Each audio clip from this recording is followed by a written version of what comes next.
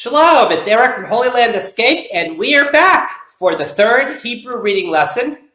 And we're going to start with a review from last week's lesson. We're going to start with the four letters that we've learned so far, with the vowel under it, which is the ah, which is the popsicle stick. Remember, it comes in two varieties, but don't worry, for our purposes it's the same. First we have the aleph with the ah under. Say it to yourself before I say it. Ah, ah, ah, just like when you go to the doctor's. Then we have the bet with the popsicle stick under. Ba, ba, ba. Then we have the vet. Va, va, va. Gimel. Ga, ga, ga. And dalid. Da, da, da. We ended last week's lesson by introducing a new vowel, which is the eh. The three dots under any letter will sound like eh. And just an interesting cultural note is that when English speakers hesitate, they tend to say but when Israelis hesitate, it's quite notable. Israelis say something like is a kind of hesitation. So that's just an interesting cultural note. But when you see the eh under the letter, it's under the aleph, or under the bet, it's be, or under the vet, ve,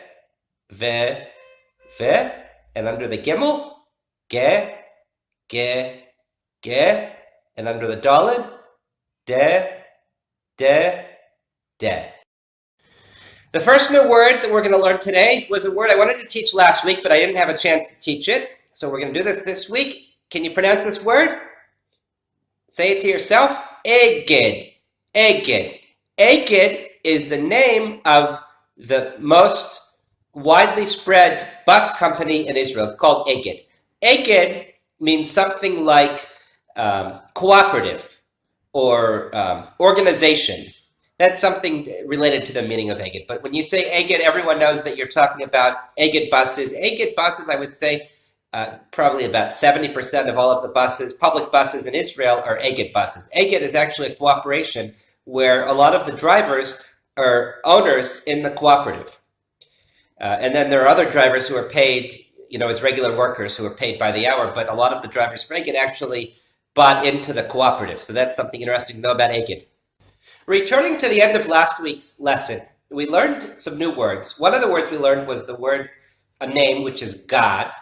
And we mentioned that God was born to Leah. In Hebrew we say Leah or Leah in English. But it was actually born, God was actually born from Leah's maidservant. And Leah gave the maidservant to Jacob, to her husband Jacob, and the baby who was born, his name was Gad. That's the name that Leah gave him. And we mentioned also that there's kind of a wordplay that goes on in that particular verse where it says Bagad. That's why his name was God, because he was Bagad. And we mentioned that Bagad possibly means something like cheated on. That's what it means in modern Hebrew. Now we're going to learn a new word. I'm going to put this new word on and say it to yourself before I say it, or pause the video, see if you can say it to yourself. The word is beged. And beged in Hebrew means clothes or clothing. Now what's interesting is that Hebrew is written without vowels. Adults, books, any books that are printed in Hebrew, unless they are books for children or for new immigrants to Israel learning Hebrew, or the other place where vowels are used are in the sacred text, such as the Tanakh, what we call the Tanakh, which is an acronym for the 3 parts of the Hebrew Bible. The 24 books in the Hebrew Bible all appear, when they're written, in printed text with vowels. And the reason is so that people don't mispronounce them.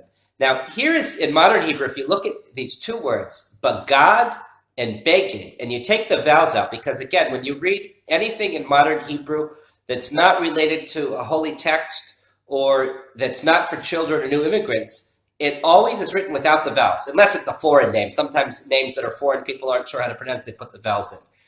But otherwise, this is how it appears. You have two words that look identical. The only difference is when you put in the vowels. One means bagad, put the vowel in, bagad, cheated on, deceived. The other is beged. But the only distinction is when you put in the vowels. that is the game plan of Hebrew. That's exactly how Hebrew works. What's important in Hebrew is understanding the vowels. And that's why we're spending so much time on the vowels. Our first new letter for today is the fifth letter of the Hebrew alphabet, the letter Hey. Hey is the equivalent of the English H, and it makes just a regular H sound, pretty much, like in English. So let's go and review with the vowels that we have. We have, and again, please say it to yourself, pause the video. Ha, ha, ha. And then with the three dots under, remember the way Israelis pause when Israelis are kind of not sure of themselves. Israelis will say, So we have he, he, he. Now let's mix it a little bit. Ha, he. Can you say it to yourself? Ha, he, he, ha. Okay, now the next letter is the letter Vav. Vav is the sixth letter of the Hebrew alphabet. Vav is a little bit confusing, but we're going to take it slowly. If Vav appears as a straight line, just as a Vav, the sound that it makes in modern Hebrew is a V sound, like the English V. So let's practice with the vowels that we have so far. Va, va, va. And then the three dots, remember the way that Israelis hesitate? Ve, ve, ve. And let's mix it a little bit. Ve, va, ve, va. The other two pronunciations of the letter Vav have absolutely nothing to do with the V sound, but they serve as a vowel. So if you see a ball on the side of the Vav, that's kind of about, 3/4 of the way up. You can think of a ball, you think of the Vav as a person who's standing there, and a ball is coming to hit him. And if you see that a ball is coming towards you, what do? You say, oh, oh, oh. It's a ball that's coming towards you, and the ball is about to hit you. And when you see that a ball's about to hit you, you say, oh, oh. If you remember that, you'll never forget it. So that's all there is to it. That's the Vav. Now you'll see it appear just as that in words, and we're going to get to words that have that later. The other sound that a Vav makes is when the ball is above the Vav. And the way you remember this is, the Vav again is a person, the Vav is you. And if a ball goes above, you have to reach up to get it. You have to say, oh, oh, oh. And that's the sound that it makes. Oh, like an O in English. Oh, oh. So we have ooh. If the ball's going to hit you, ooh, ooh.